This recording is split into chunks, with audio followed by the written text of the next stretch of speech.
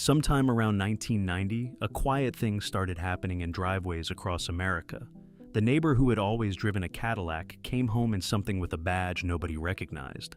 The successful uncle who swore by Mercedes traded it for a Japanese sedan that cost half as much and felt, somehow, like it had been built better. For 50 years, the luxury car had meant Germany or Detroit. And then, almost overnight, it didn't. The strange part was that nobody could quite explain why. The Japanese cars did not have more leather, more wood, or more chrome. On paper, they should not have been able to compete. And yet the people who drove them never went back. What did the Japanese understand that Mercedes and Cadillac did not? And what were the 6 cars that proved it? Car number 1, the Toyota Cressida. Toyota gave this car a deliberately upscale-sounding name, Cressida, borrowed from classical literature, for a sedan that almost no American buyer in 1990 understood was, in fact, a luxury car hiding under an ordinary badge. It was on sale years before the Lexus brand existed, and it was quietly doing everything the Lexus would later be praised for.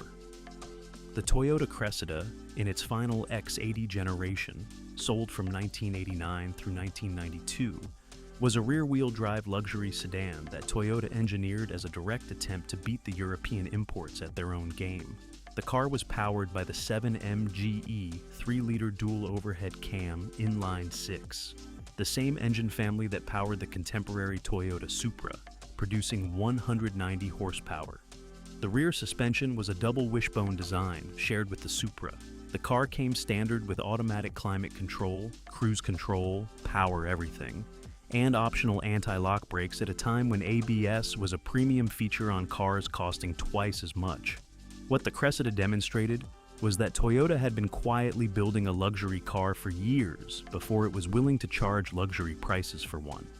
The Cressida was, in the words of the enthusiast community that has rediscovered it, the proto-Lexus, the whisper-quiet ride, the smooth straight 6, the obsessive transmission calibration, the build quality that embarrassed the contemporary American sedans. All of it was a rehearsal for what Toyota would perfect in the Lexus LS400. The Cressida is the proof that the Japanese cheap luxury formula was not invented with Lexus. It was developed across years of building luxury-grade engineering into cars that wore an ordinary Toyota badge and carried an ordinary Toyota price. When Lexus finally arrived, the engineering had already been proven. The Cressida was where it was proven. Toyota discontinued the Cressida in the North American market after 1992, precisely because it had become too good. The car was competing directly with the new Lexus on price and luxury, and Toyota did not want to undercut its own luxury brand. The proto-Lexus was retired, so the real Lexus could take its place. In 2026, the Cressida has become a quietly appreciating collector car, and the reason is the same reason it survived in the first place. The 7MGE inline-6 is documented to run past 300,000 miles with regular maintenance. The rear-wheel drive layout makes the car genuinely enjoyable to drive, and the supply of clean examples is shrinking because so few were sold in its final years. The highest documented auction sales have crossed $20,000 for pristine low-mileage cars, a remarkable figure for a sedan that most American buyers in 1990 could not have named. The market has finally recognized what the Cressida always was. The luxury engineering was real, and 3 decades later, it is still delivering. Car number 2, the Acura Legend. There is a strange footnote to the Acura Legend that explains the entire Japanese luxury story in a single comparison. The Legend was co-developed with the British manufacturer Rover, and the same basic car was sold in the United States under 2 different badges, as the Acura Legend, built in Japan, and as the Rover Sterling 825, built in England. They shared a platform. They were, mechanically, close cousins, and yet the Japanese-built Legend finished near the top of JD Power's quality rankings, while the British-built Sterling finished near the bottom and was driven out of the American market within 5 years. Same design, opposite outcome. The difference was not the drawing, it was the discipline of the company that built it, which is the whole story of why the Legend mattered. The Acura Legend went on sale in March of 1986 as the flagship of the brand new Acura division, the first Japanese luxury marque in the American market. The Legend was powered by a 2.5-liter single overhead cam V6, the first V6 engine Honda had ever put into a production car. It came standard with power windows, power locks, a power moonroof, cruise control, and a level of interior material quality that no Honda product had ever offered. The base price was approximately $20,000. The reaction was disbelief. The common refrain among American buyers was $25,000 for a Honda. The idea that a Japanese manufacturer best known for economy cars could charge near luxury prices for a sedan seemed absurd in 1986. The skepticism did not last. The Legend won Motor Trend's Import Car of the Year for 1987. The Legend Coupe made Car and Driver's 10 Best list for 3 consecutive years from 1988 through 1990. The car combined Honda's documented reliability and ergonomics with genuine luxury materials, genuine luxury features, and a refinement that the established luxury manufacturers had assumed only they could deliver. What the Legend demonstrated was that the established price ceiling for Japanese cars could be broken by a manufacturer willing to deliver the engineering to justify it. The market research that had told Toyota and Nissan and Honda that buyers would never pay luxury prices for a Japanese badge turned out to be wrong. Buyers would pay if the car delivered. The Legend delivered, and it opened the door that Lexus and Infiniti walked through 3 years later. The Legend was the proof of concept for the entire Japanese luxury industry. It proved the cheap luxury formula worked in the market, not just in engineering. Everything that followed was built on the door the Legend opened. The Legend grew across its production run in a way that reinforced the thesis. The original 2.5-liter V6 grew to 2.7 liters in 1987, and to 3.2 liters in the second-generation car launched in 1990, which moved to a longitudinal front engine layout that gave it the long hood proportions of a rear-wheel drive luxury car. The second-generation Legend offered an in-car telephone and a soft, close pneumatic door system, features that were genuinely rare on cars costing far more in 1990. In 2026, clean Legend coupes with the manual transmission have become sought-after enthusiast cars. And the documented reliability of the C-Series V6 means that high-mileage examples remain on the road in numbers that the contemporary European luxury coupes cannot match. The Legend is appreciating for the same reason it succeeded. It delivered genuine luxury engineering that has lasted. Car number 3, the Lexus LS400. In 1983, the chairman of Toyota, A.G. Toyota, reportedly asked his executives a single question behind closed doors. Could Toyota build a car that was better than the best car in the world? It was not a marketing slogan. It was a directive, and the project it launched was so secret it was known internally only as F1. 6 years and roughly $1 billion later, the answer arrived in American showrooms wearing a badge that had not existed before. And it took the cheap luxury formula to a limit no one had imagined. The Lexus LS400 launched in September of 1989. It was the product of a 6-year development program that consumed approximately $1 billion, 1,400 engineers, 24 teams, 450 prototypes, and 1.67 million miles of pre-production testing. Toyota President A.G. Toyota had given the engineering team a single directive in 1983: build a car that was better than the best in the world. The car they built used a 4-liter V8 producing 250 horsepower, with the connecting rods, pistons, and crankshaft balanced to tolerances normally reserved for racing engines.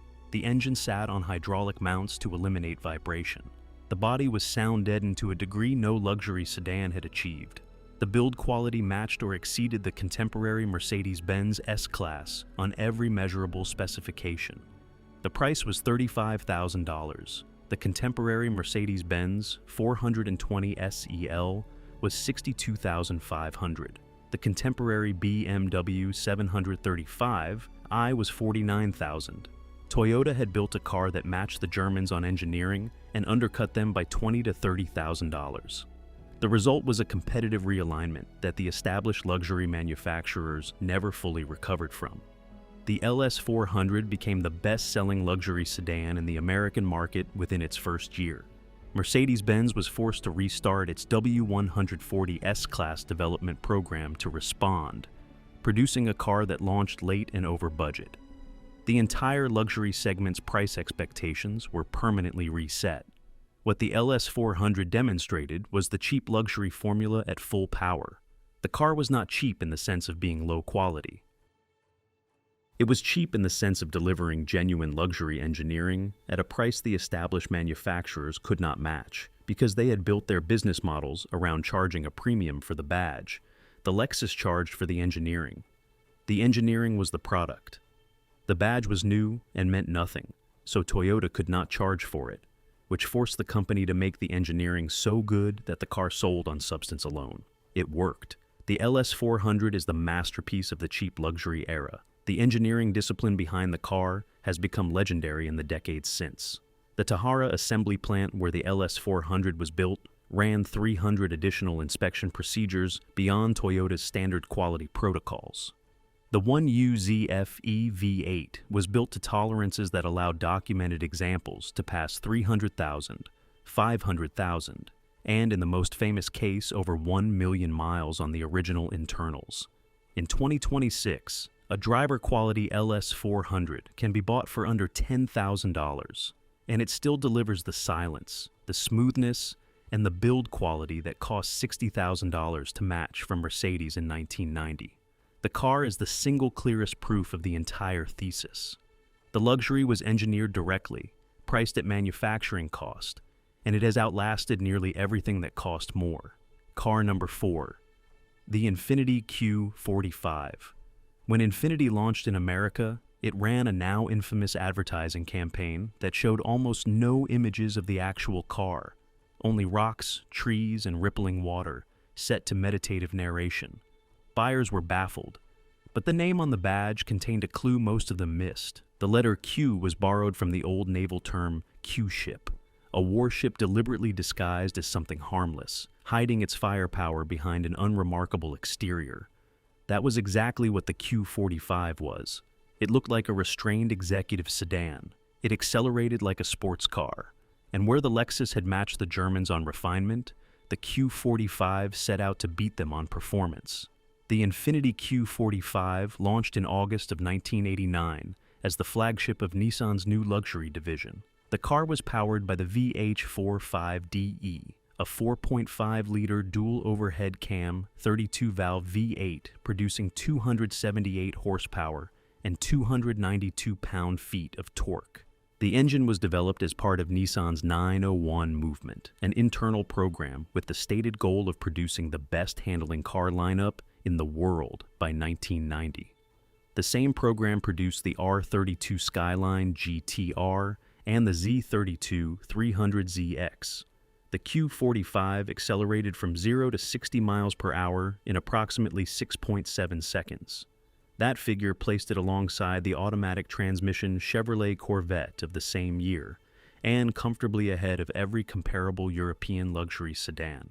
The contemporary Mercedes-Benz S-Class and BMW 7 Series, with similar or larger engines, ran to 60 in 8 to 10 seconds. The Q45 was a full-size luxury sedan that could out-accelerate the Germans while carrying 4 passengers in comfort.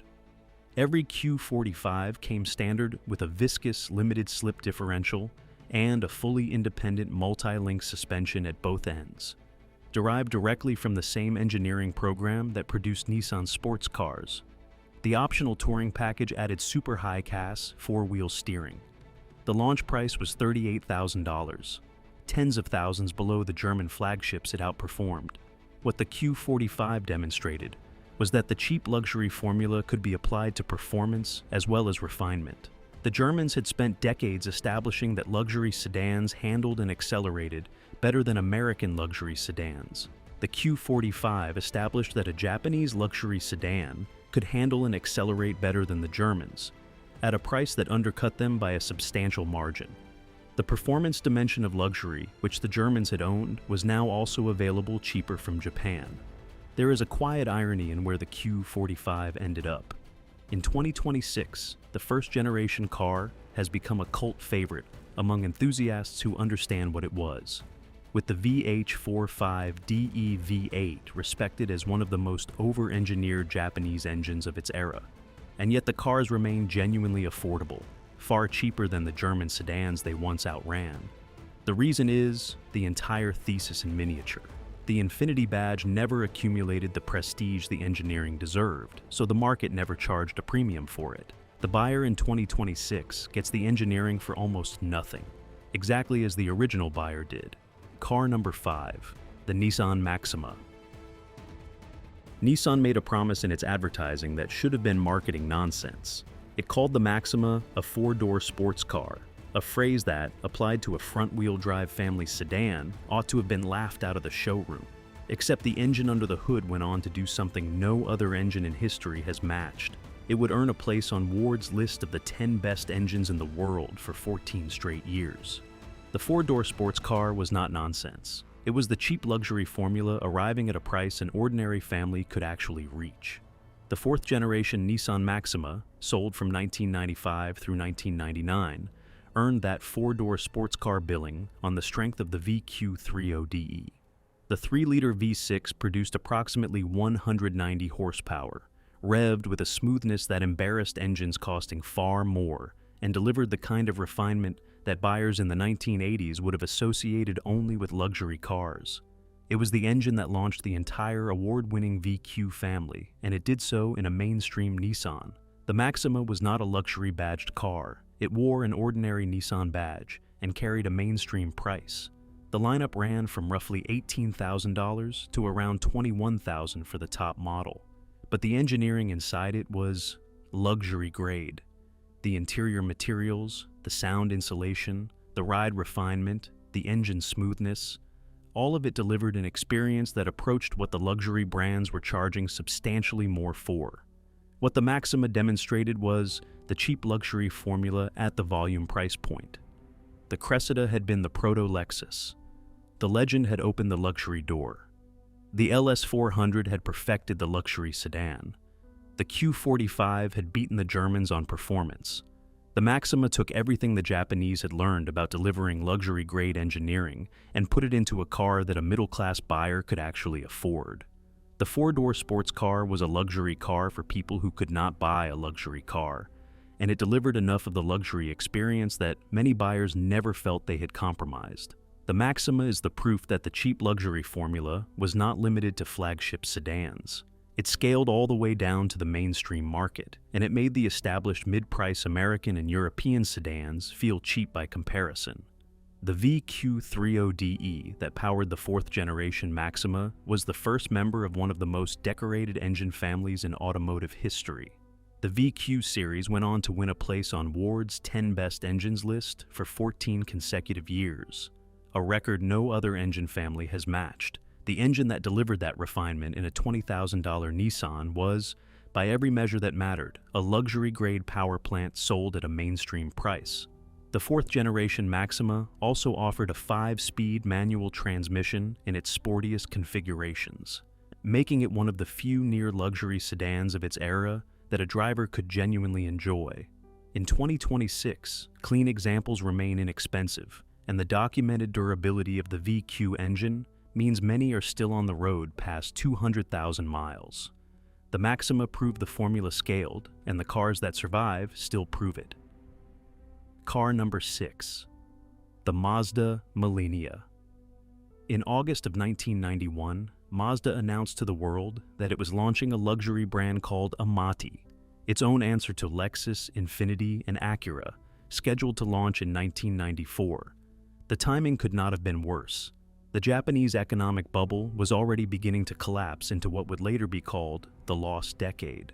And Mazda, the smallest and most financially exposed of the Japanese manufacturers, faced a liquidity crisis that made the new brand impossible. Mazda canceled Amati in 1992 before a single car ever reached a showroom, but the flagship sedan had already been engineered. Rather than wasted, Mazda put its own badge on the Orphan, and that Orphan carried the single most ambitious piece of engineering of any of the 6. The Millenia launched in the American market in 1995 as Mazda's flagship sedan, replacing the rear-wheel drive 929 and wearing engineering that had been intended for a premium nameplate that no longer existed. It was assembled on a production line that had been set up for the Amati cars that were never built. The Millenia was engineered to a far higher standard of perceived quality than any previous Mazda. Better interior plastics, tighter panel gaps, thicker paint coating, genuine luxury materials. But the extraordinary part was under the hood of the top Millenia S model. The car used the KJZEM, a 2.3-liter supercharged V6 built on the Miller cycle, a thermodynamic engine design that had been patented in the 1950s and that no manufacturer had ever put into mass production. The Miller cycle engine kept the intake valve open longer than a conventional engine and used a Lees-Holmes screw-type supercharger to compensate, producing the power of a larger engine with the fuel economy of a smaller one. The Millenia S produced 210 horsepower and 210 pound-feet of torque from 2.3 liters, with markedly better fuel economy and emissions than a conventional V6 of equivalent output. Ward's Auto called it the largest single lump of surprise and delight in the business. It remains the only mass-produced Miller cycle car in history. The Millenia was priced in the low 30,000s for the S model, equal to or above the Lexus ES300 and the Infiniti Q45, and competitively equipped against all of them. What the Millenia demonstrated was the cheap luxury formula taken to its most ambitious engineering extreme. Mazda was the smallest of the Japanese manufacturers, with the least money and the most to prove. The Millenia was the company's attempt to deliver not just luxury-grade refinement at a non-luxury price, but genuinely cutting-edge engineering that the established luxury manufacturers had never even attempted. The Miller Cycle V6 was more technically advanced than anything in a contemporary Mercedes or BMW. Mazda put it in a $30,000 sedan. The Millenia is the proof that the cheap luxury formula was not just about matching the establishment. At its most ambitious, it was about out-engineering the establishment entirely, and doing it at a price the establishment could not approach. The fate of the car in 2026 is quietly poignant. The Millenia S is genuinely rare now, and the Miller Cycle V6 that never appeared in any other car has made it a curiosity among collectors who understand what it represents. The maintenance is demanding and the parts are scarce, the price of owning the most ambitious orphan of the cheap luxury era. But the engineering was real. It was more advanced than anything the Germans were building, and it was sold for $30,000 by a company that was betting its survival on the idea that buyers would notice. They mostly didn't. The car was too far ahead of its badge. That too is the thesis. Sometimes the engineering arrives before the market is ready to pay for it, and the buyer who recognizes it later inherits a bargain. Conclusion. The 6 cars trace a single argument across a single decade. The Cressida proved the engineering existed before the luxury badges did. The Legend proved the market would pay for it. The LS400 perfected it and matched the best in the world at half the price. The Q45 beat the Germans on performance. The Maxima brought it down to the mainstream price point. The Millenia pushed the engineering further than the establishment had ever attempted. The common thread is the inversion of how luxury was priced. The German and American luxury manufacturers had built their businesses on charging a premium for the badge and delivering the engineering as a justification for the premium. The Japanese reversed it. They delivered the engineering first, priced the car at what the engineering actually cost to build, and let the substance sell the car because the badge was new and meant nothing. The discipline required to do that, to engineer a genuine luxury car and then refuse to charge a luxury premium for it, was something the established manufacturers were structurally incapable of, because their entire business models depended on the premium. The Japanese understood that luxury was an engineering outcome, not a price point. They understood that silence, smoothness, reliability, and precision could be manufactured directly and delivered at any price the manufacturer chose. They understood that the badge premium the Germans charged was not luxury, it was just a premium, and a premium could be competed away by anyone willing to deliver the same engineering for less. The American buyer in 2026 who wants to understand what genuine cheap luxury looks like can still buy any of these 6 cars for a fraction of what they cost new. The engineering is still there, the silence is still there, the smoothness is still there. The cars have aged into exactly what they were designed to be. Genuine luxury experience is available at prices that the established luxury manufacturers still cannot match. The lasting consequence of the 6 cars is visible every time a buyer walks into a dealership today. The price expectations that the Japanese established in the late 1980s and early 1990s never reset back to where the Germans had set them. Every luxury manufacturer that has entered the American market since, Hyundai with Genesis, the resurrected Lincoln, the entire mainstream brand near luxury segment, has built its strategy on the assumption that buyers expect luxury-grade engineering without a luxury-grade premium. That assumption did not exist before the Japanese proved it. The Germans had spent 50 years teaching American buyers that luxury cost what the badge demanded. 6 Japanese cars across a single decade taught them otherwise, and the lesson never wore off. The Japanese understood cheap luxury better than anyone because they understood that the word that mattered was not cheap, it was luxury. And luxury, they proved, was something you could engineer directly and sell to anyone, at any price you chose. Before you go, check the link in the description to grab your used car buying guide and avoid getting scammed or overpaying. Trust me, this will help you a lot. Now, click on this next video to see the single car that perfected the entire formula. The full story of how Toyota spent $1 billion and 6 years building a sedan specifically to prove that the best luxury car in the world did not have to come from Germany and did not have to cost what the Germans charged, the Lexus LS400.